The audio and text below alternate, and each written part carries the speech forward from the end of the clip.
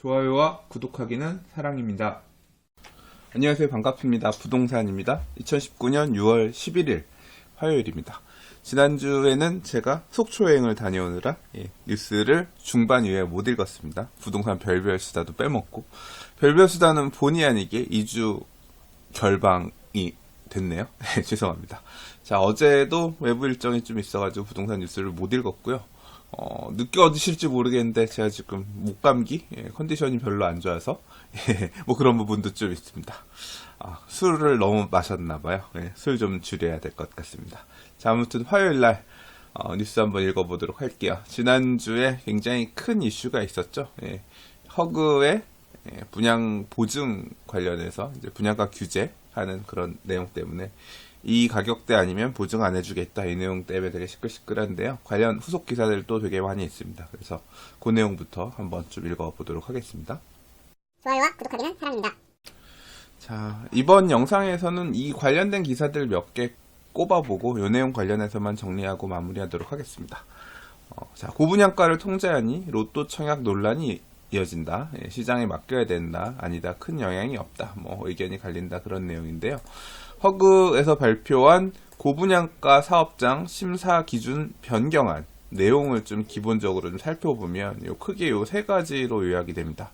첫 번째는 고분양가 사업장 해당 기준에 대한 부분인데요. 그래서 1년 이내에 그 비교할 만한 사업장이 있었다라고 하면 그 분양가를 기준으로 해서 산정한 기준 하나, 그 다음에 만약에 그 분양했던 단지가 1년을 초과한 시점에 있었다라고 하면, 그러니까 1년보다 더 전에 분양한 적이 있다라고 하면 어떻게 기준을 둘 건가? 1년 초과해서 분양한 단지 비교할 만한 데도 없다라고 하면 준공 기준일로부터 해서 10년 이내가 되어 있는 그런 새 아파트, 비교적 새 아파트가 있다라고 하면 그 세 가지 기준을 놓고 그 기준에 따라 이 내용이 이 범위 안에, 이 가격 범위 안에 해당되는 정도면 보증을 해줘라. 이제 이런 식으로 기준을 잡겠다라고 하는 내용이 드러난 건데요. 자, 1년 내에 분양한 데가 있다라고 하면 비교 사업장 평균 분양가 및 최고 분양가 100% 이내에서 심사하라고 그랬으니까 1년 이내에 분양한 단지가 있으면 거기보다 더 비싸게 분양하지 말란 얘기죠. 그 다음에 1년 초과해서, 그러니까 1년보다 조금 더 전에 분양한 단지가 있다라고 하면 주택 평균 분양가에 주택 가격 변동률을 적용한 금액 이내, 그러니까 주택 가격 변동률 만약에 올랐다라고 하면 그 오른 만큼 정도만 분양을 해라. 만약에 주택가격 변동률이 떨어졌다라고 하면 그때는 이전에 분양했던 분양가 정도 선에서 심사를 해라. 이제 그거를 하나의 기준을 놓고 보고요. 또 하나는 뭐냐면 평균 분양가가 1년 전에 분양했던 거보다 105%, 그러니까 상한을 105%로 두는 거예요. 그래서 105% 이내 두 개의 기준 중에서 낮은 걸 기준으로 삼아가지고 그 안에 분양가가 낮게 나오면 분양 보증을 해주라는 내용인 거죠. 자, 마지막으로는 준공 기준인데, 그러니까 입주한 지, 준공된 지 10년 이내에 있는 아파트를 하나의 사례로 삼아서 분양했던 가격하고 그 10년 이내의 아파트의 지금 평균 매매가를 기준으로 해서 분양가를 잡으라는 얘기인데요. 핵심은 뭐냐면 10년 이내에 있는 그 기존 아파트의 매매가 100% 이내, 그 아파트 가격을 넘지 말란 얘기입니다. 그 넘지 않는 범위 내에서 10년 안에 근래에 분양했던 단지들, 자, 보시면 평균 분양가의 주택가격 변동률을 곱한 금액 이내, 그러니까 딱 주택가격 변동률 수준만 분양가에서 올랐다라고 하면 그 범위, 또는 주택가격률의 변동이 하락했다라고 하면 그때 분양했던 가격보다 이내, 또는 해당 지역, 시도니까 범위가 엄청나게 넓은 거죠. 서울시 같은 경우만 하더라도 엄청나게 이 상하한가 차이가 큰데 해당 지역의 평균 분양 가격을 1년간 분양 가격을 기준으로 해서 A하고 B 중에서 높은 금액을 적용하되 C를 초과하지 말라 그랬으니까 그냥 10년 이내에 분양했던 아파트의 지금의 평균 가격보다는 넘지 말라 이 얘기입니다. 그러니까 이 1번 기준, 2번 기준, 3번 기준 내용 자체가 굉장히 타이트하게 분양가를 그러니까 분양가를 올리지 못하게끔 막는 형태로 지금 일단 이 개선이 되었다는 얘기입니다. 그럼 요 세 개를 어떻게 적용할 거냐? 비교사업장의 선정 순서, 비교사업장 선정 기준이 있는데, 첫 번째는 1년 이내에 분양한 데가 있다라고 하면 그 기준, 그러니까 1년 이내에 분양한다는지 100% 이내로 잡으라고 했으니까 분양가 올리지 말란 얘기잖아요. 그거고, 만약에 1년 초과한 단지가 있다라고 하면 1년 초과 분양 사업장, 아까 뭐였어요? 물가, 주택가격 변동률 올라간 수준 선에서 분양을 하든가 아니면 그렇다 하더라도 105%는 넘지 못하게끔 하는 두 개 중에 하라고 했잖아요. 그러니까 그게 적용되거나, 만약에 1년 초과에 해당되는 그 내용도 없으면 이제 준공사업장, 10년 이내 사업장 적용을 해서 분양가를 보라 그랬는데, 그거는 또 평균 매매가 이내니까 주변 아파트 가격보다 낮게 분양해라, 이 내용을 순서대로 적용하라는 얘기죠. 1년 안에 아파트 분양이 계속 있었으면 올해도 내년도 내후년도 계속 분양가가 못 올라간다는 얘기입니다. 저는 이런 기준을 만들어냈다는 게 사실 개인적으로 납득할 수가 없는데, 이 바뀐 내용뿐만 아니라 또 하나의 바뀐 내용이 있는데요. 바로 이 내용입니다. 분양가 산정 방식을 산술 평균으로 하던 걸 가중 평균으로 바꾸는 건데요. 이 내용을 제가 잘 사실 이해를 못해서 관련 전문가 좀 물어봤더니, 일단 산술 평균을 가중 평균으로 바꾸게 되면 가격 자체가 높아지는 효과가 난대요. 예를 들자면 DH 포레센트가 산술 평균을 하면 4,569만 원인데 가중 평균으로 하면 4,847만 원이라는 얘기인 거죠. 이 부분이 적용되게 된 이유는 이 산술 평균으로 계산을 하게 되면, 예를 들어서 공급 세대수가 얼마 없는 1층이라든가 2층 이런 경우는 이 분양가가, 평균 분양가가 굉장히 낮잖아요. 근데 거기 이 대표 타입으로 해서 이렇게 해서 산술 평균을 하게 되면 그 몇 개 없는 애들, 실제로 공급 물량이 얼마 없지만 얘네가 평균 분양가를 되게 낮게 보이게끔 하는 착시를 만들거든요. 근데 가중 평균으로 하게 되면 그 내용들을 다 더해서 이 세대수 기준으로 나누는 거기 때문에 이제 분양가 자체가, 평균 분양가 자체가 실질적으로 어떻게 보면 제대로 된 이 중간 가격들, 평균 분양가를 나타낸다고 할 수 있죠. 이제 이런 식으로 앞으로 변경할 거라고 합니다.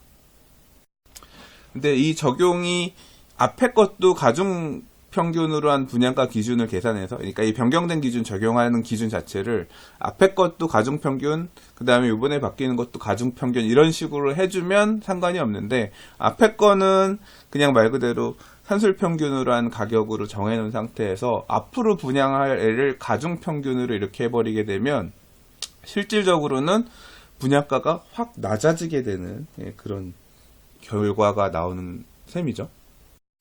이 부분은 어떤 식으로 적용할지는 모르겠습니다.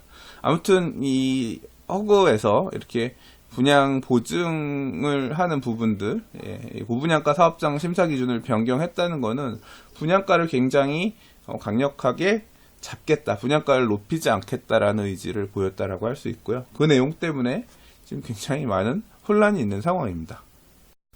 자, 전문가들의 의견 좀 보면요. 김덕래 주택산업연구원 주택정책연구실장은 분양가 통제 시스템은 분양이 끝난 뒤 시세 차익을 수분양자가 수취하는 것이기 때문에 로또 청약이 될 가능성이 높다.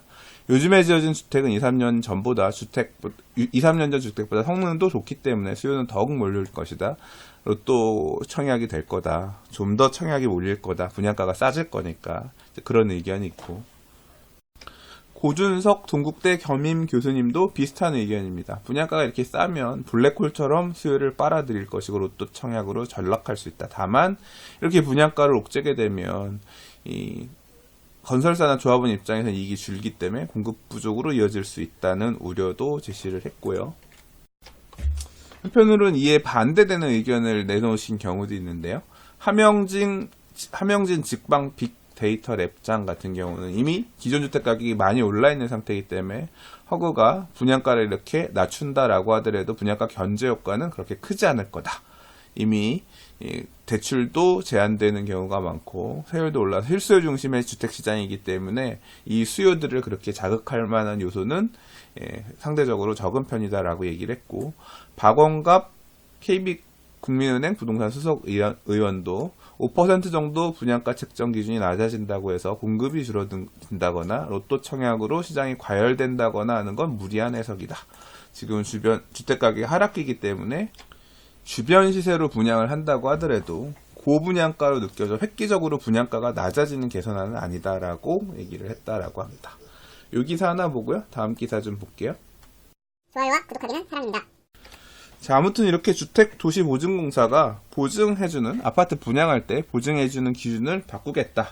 이 가격 아니면 분양 보증 안 해줘. 이렇게 하고 나니까 분양을 앞두고 있던 서울의 여러 정비사업장들 또는 이제 개발 사업장들이 비상이라고 합니다. 왜냐하면 원하는 가격대로 분양가를 못 내게 생겼으니까 그렇죠. 그래서 이 해당 규정, 그러니까 해당 규제가 적용되기 전에 분양보증을 신청하겠다, 그러니까 막차 타고 가겠다라고 계획을 세우는 단지들이 일부 나오고 있고, 일부 단지들 같은 경우는 이렇게 할 거면 후분양으로 차라리 우리 나중에 지금 분양보증 받아서 가지 말고 골조 다 올리고 나서 나중에 후분양하자. 후분양을 선택하는 단지들도 속출하고 있다는 얘기입니다.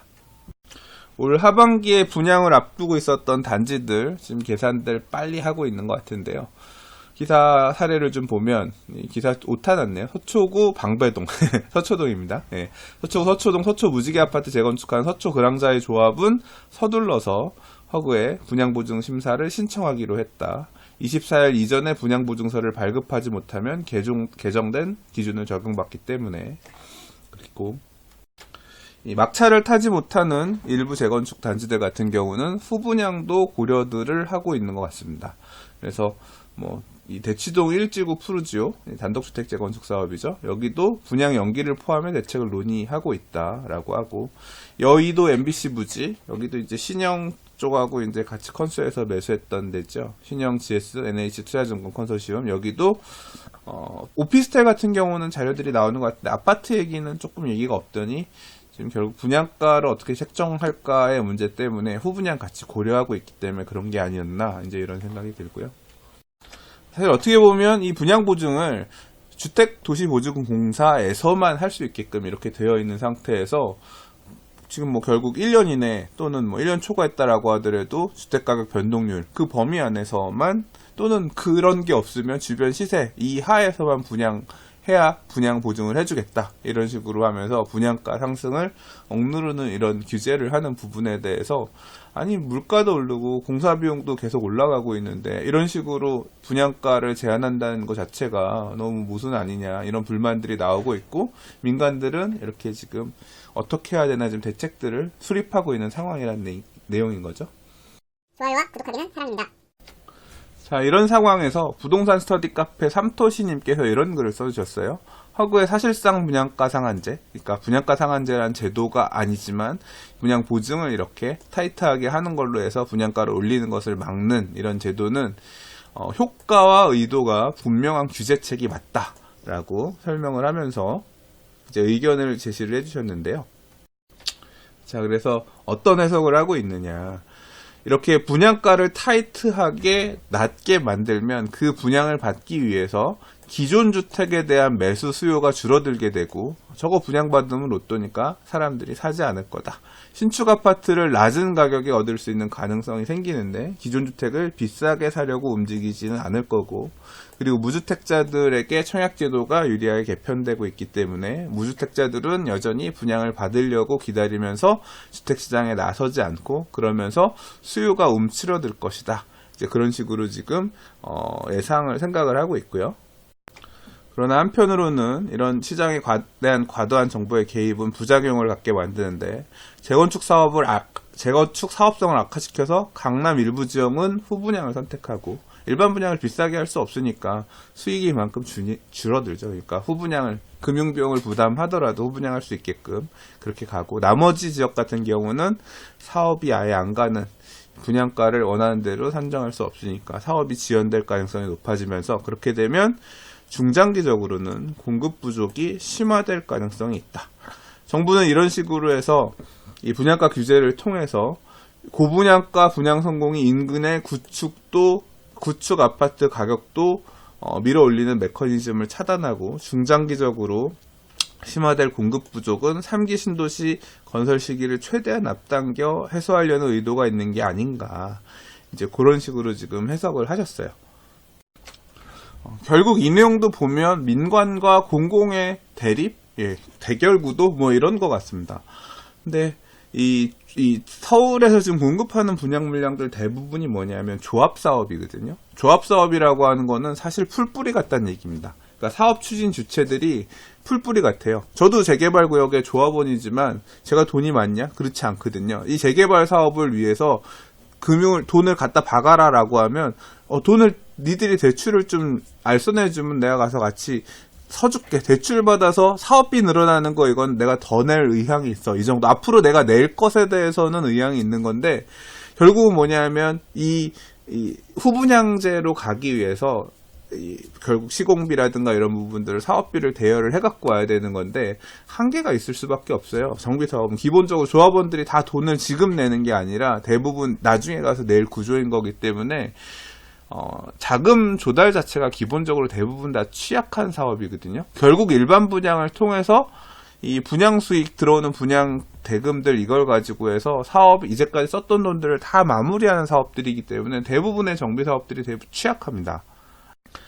그런데 이 사실 조합도 결국은 시공사에게 의존합니다. 그러니까 건설회사들이 차입해 갖고 오는 자금에 의존해서 사업을 하게 되는데, 그러니까 우리나라 일군 건설회사들 지금 재개발 재건축 시공하는 이 일군 건설회사들 몇 개 없잖아요. 그러니까 수많은 조합들이 이 건설회사들만 바라보고 있는데 건설회사들은 뭐 돈이 밑도 끝도 없이 끝까지 나오나요? 기업이라고 하면 진짜로 정부의 눈치를 봐야 되고 입김에 영향이 안 받을 수밖에 없는 그런 위치에 있는 게 우리나라의 건설회사라고 할 수 있는데, 이런 사업장들도 이 재개발 재건축 조합들이 우리 후분양할래 라고 후분양 카드를 내민다고 하더라도 돈을 다 갖다 끌어박아 줄 수가 없어요. 건설회사들도 결국은 뭐냐면 건설회사들도 후분양하자 조합이 요청한다고 하더라도 진짜 안전빵인데 여기는 이 금액 이 돈을 갖다 꼬라박아도 나중에 다 회수할 수 있을 것 같은 그런 사업장들, 우량 사업장들 중심으로만 후분양 그럼 우리가 돈 갖다 해줄게 놓치지 않기 위해서 제한적으로 갈 거지. 나머지 사업장들은 우리도 그렇게까지는 못 해드리는데요 하면서 모두가 후분양을 하고 싶다고 나선다고 하더라도 건설회사가 후분양하는데 우리가 도와줄게 할 수 있는 지역들은 제한적일 거란 얘기예요. 이유는 자금을 끌어올 수 있는 게 취약하기 때문에.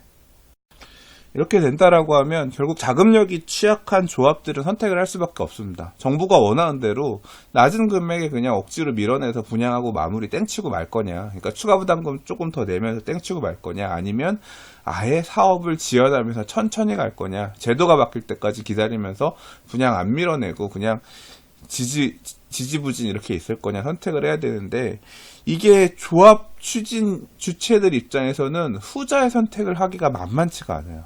왜냐하면 돈 문제가 얽혀있기 때문에 매달 나가는 비용들이나 자기네들 월급 받고 이래야 되고 또 뭐 임원들 연대보증 들어가 있고, 그런데 이제 그게 아주 자기 목줄을 지려오는 거죠. 어떻게든 사업을 마무리해서 끝내고, 조합원 추가 부담금 내는 건 조합원들이 내는 거고, 일반 분양 비싸게 못 내는 건, 일반 분양을 비싸게 못 내는 건 정부가 그렇게 규제를 그렇게 해서 그런 거고, 사업 결국 부담금 내는 거는 조합 임원들 뭐 몇 명이 내는 게 아니라 조합원들이 다 나눠서 엠빵 해야 되는 거잖아요. 나눠서 내야 되는 거잖아요. 그러니까 밀어붙일 가능성들도 있는 거죠. 그래서 이 시공사로부터의 선택을 받기 힘든 그런 지역들 같은 경우는 이 지는 싸움들, 대부분 이제 강남권 이외의 정비 사업장들이겠죠. 이런 곳들 같은 경우는 지는 싸움을 하면서 분양가를 어거지로 사업이 이만큼 많이 진행됐다라고 하면 저가로 밀어내면서 마무리할 가능성이 없잖아 있어요. 없잖아 있는데, 사실 저는 기본적으로 좀 불만이 뭐냐면 왜 분양 보증을 주택도시보증공사가 독점하고 있느냐. 아파트 분양할 때 이거 만약에 집 짓다가 망가지면 우리가 대신 마무리해 줄게요. 그 보증을 공사가 하지 않고 민간 사업장도 해야 되는 거 아니냐. 그렇게 개인적으로 생각하거든요. 그러니까 이 분양보증 독점 구조도 문제가 있지 않나. 근데 이와 관련해서 사실 재작년쯤 한 2017년 정도에 한 2020년경부터 민간의 주택 분양보증업체 진출을 허가해서 독점 구조를 깨뜨린다. 이런 기사를 본 적이 있거든요. 그래서 이 부분을 어떻게 건드릴 거냐가 사실 앞으로 이 문제 관련해서 조금 주요한 변수가 될 거라고 생각합니다. 이 관련 기사랑 조금 연결되는 얘기를 조금 더 이어서 할게요. 좋아요와 구독하기는 사랑입니다. 자, 근데 이제까지 얘기를 하면서 조금 이상한 부분 느끼시지 못했나요? 아니, 왜 분양가를 높게 못하게끔 하는 내용을 분양가 상한제라는 제도가 있음에도 불구하고 분양가 상한제 적용을 하지 않고 이렇게 분양 보증을 해주고 말고 이 금액 이상이면 우리 아파트 분양이 잘 안 될 수도 있으니까 보증 못 써요. 이런 식으로 이 가격에는 보증을 못 써요 라고 하는 부분은 어떻게 보면 선택의 문제잖아요. 그 금액에 우리는 보증 서줄 수 있어 라고 생각하는 다른 업체도 있을 수가 있잖아요. 예, 그렇지 않나요?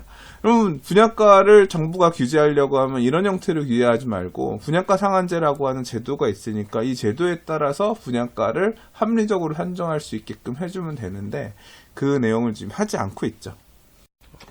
사실 이제 그 이유는 이 서울 안에 있는 재개발, 재건축과 같은 정비 사업들이 대부분 이제 민간 사업인데 민간 택지의 분양 보증, 그중에서 정비 사업 같은 경우는 이 분양가 상한제가 적용되는 이 기준 자체가 관리처분계획 접수 기준입니다. 그래서 서울의 주요한 이 정비 사업들, 재개발, 재건축, 서울 강남 쪽의 재건축 사업들 대부분들 목전까지 온 데들이 이미 다 허들을 넘었기 때문에 지금 와서 분양가 상한제 적용구역으로 지정을 해서 이게 2017년 파리 대책 때 이미 나와서 쉽게 적용할 수 있도록 허들은 되게 낮춰놓은 상태입니다. 근데 그걸 적용한다고 하더라도 이미 막차 타고 도망갔기 때문에 그 내용 가지고는 현실적으로 앞으로 분양 나올 강남권의 주요 재건축 아파트들의 분양가를 규제할 수 없는 거예요. 그러니까 자꾸 허구의 분양보증 업무만 가지고 이 규제를 하려고 지금 하는 거죠. 그런데 앞서 말씀드렸다시피 저는 왜 분양보증 업무를 허구가 독점하느냐, 이거는 좀 문제가 있지 않느냐 개인적으로 생각하고, 이 기사에서는 지금 파이낸셜 뉴스 6월 10일자 기사인데 그 내용을 지적하고 있습니다. 허구의 분양보증 업무 독점을 두고 경쟁체제 도입을 서둘려야 한다는 의견이 나오고 있고 저도 동의를 하는데요. 자, 분양보증을 빌미로 사실상 분양가를 통제하면서 민간의 자율성을 침해하고 분양가격 협상 난항으로 사업지연 등 부작용이 발생한다는 지적이다. 실제로 그렇죠. 자, 지금 허구는 분양보증을 빌미로 사실상 민간건설사의 분양가를 통제할 수 있는 권한을 지금 갖고 있는 거고, 공공이 이런 식으로 지금 시장에 개입하고 있는 상황이죠. 그래서 제가 재작년 정도에 그 기사를 읽었다 그랬잖아요. 딱 그렇게 나오네요. 건설업계 등에서는 분양보증기관을 추가해 허그의 분양보증 독점 상황을 끝내야 한다는 의견이 나온다. 실제 국토부와 공정거래위원회 등 정부는 내년 2020년 맞죠? 예, 분양보증기관 한 곳을 추가 설치하기로 합의한 상황인데, 하지만 2년여가 지나는 동안 분양보증기관 후속 조치에 대해서 어떠한 실행도 뒤따르지 않고 있다. 허구는 분양보증 수익이 전체 영업이익의 약 80%를 차지하며 지난해 기준 분양보증 영업수익은 6,451억 원에 달하는 것으로 알려졌다. 기사에서는 지금 니들 그 내용 가지고 독점하면서 돈 많이 벌고 있지 않냐 이런 뉘앙스를 쓰여지긴 했지만 사실 그 내용을 얘기하고자 하는 게 아니라 독점 상황을 끝내야 되는 게 맞지 않나. 허그 말고 다른 쪽에서도 만약에 건설회사가 집을 짓다가 무너지게 되면 대신 다른 건설회사 또는 다른 이제 이 업체를 선정을 해서 집을 져줄 수 있는 그런 분양 보증을 할 수 있는 업체를 선택할 수 있게끔 그렇게 해줘야 되는 게 맞지 않나 개인적으로 생각합니다. 자, 그런데 기사에서도 얘기한 것처럼 별로 합의는 했다라고 하지만 얘기를 안 하고 있죠. 그리고 이런 걸 보면 참 우리나라가 아직까지는 관치라고 해야 될까요? 관의 힘이 너무 세다고 해야 되나? 부동산 가격을 잡아야 되는 게 어떻게 보면 절대적인 명제 같은 이런 상황에서 쉽게 민간 분양 보증 업무를 할 수 있는 업체 선정을 안 내지 않을까. 낸다고 하더라도 뭔가 팔다리가 잘린 상태에서 그렇게 나오지 않을까 그런 생각이 들고, 일반 분양 청약을 고려하고 있는 분들은 뭐 이런 부분을 고려해서 앞으로 분양가가 굉장히 싼 단지들이 나올 수 있겠구나. 예, 기대를 할 수 있는 상황이 아닌가. 또는 한편으로는 이 분양을 밀어내야 되는 이 재개발 재건축의 조합원들 입장에서는 내가 예상했던 것처럼 고분양가로 분양을 내지 못할 수도 있겠구나. 사업이 지연될 가능성도 있겠구나. 이런 부분에 대해서 고려를 해야 될 것 같고, 후분양을 하기 위해서 어떻게 이 사업 진행자, 조합이 또는 건설회사가 이 자금 마련을 할 거고 준비하고 있느냐, 또 민간은 어떻게 대응하고 있느냐, 방법이 나올 게 새로 있을까 없을까, 이런 부분들을 머리 싸매면서 대비해야 되는 그런 상황이 아닌가. 정부의 이러한 타이트한 시장 개입이 어떠한 결과를 가져오게 될지 같이 한번 지켜보시죠. 좋아요와 구독하기는 사랑입니다. 자, 이번 영상에서는 분양가 규제와 관련된 여러 가지 의견들, 기사들 좀 살펴봤습니다. 내용이 길어서 이 영상으로 마무리하도록 하고요. 다른 뉴스들은 별도의 클립에서 좀 살펴보도록 하겠습니다.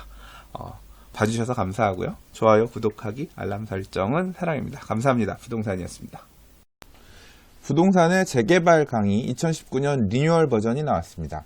재당첨 제한, 분양 자격 제한, 재개발 조합원 지양도 금지 규정 등 재개발 투자에 있어서 위험성이 굉장히 높아지는 시기입니다. 특히 재개발 재추진 구역, 일몰제 등 재개발 투자를 고민할 때 주의하셔야 될 부분들을 중심으로 2019년 강좌를 다시 정리해 보았습니다. 감사합니다.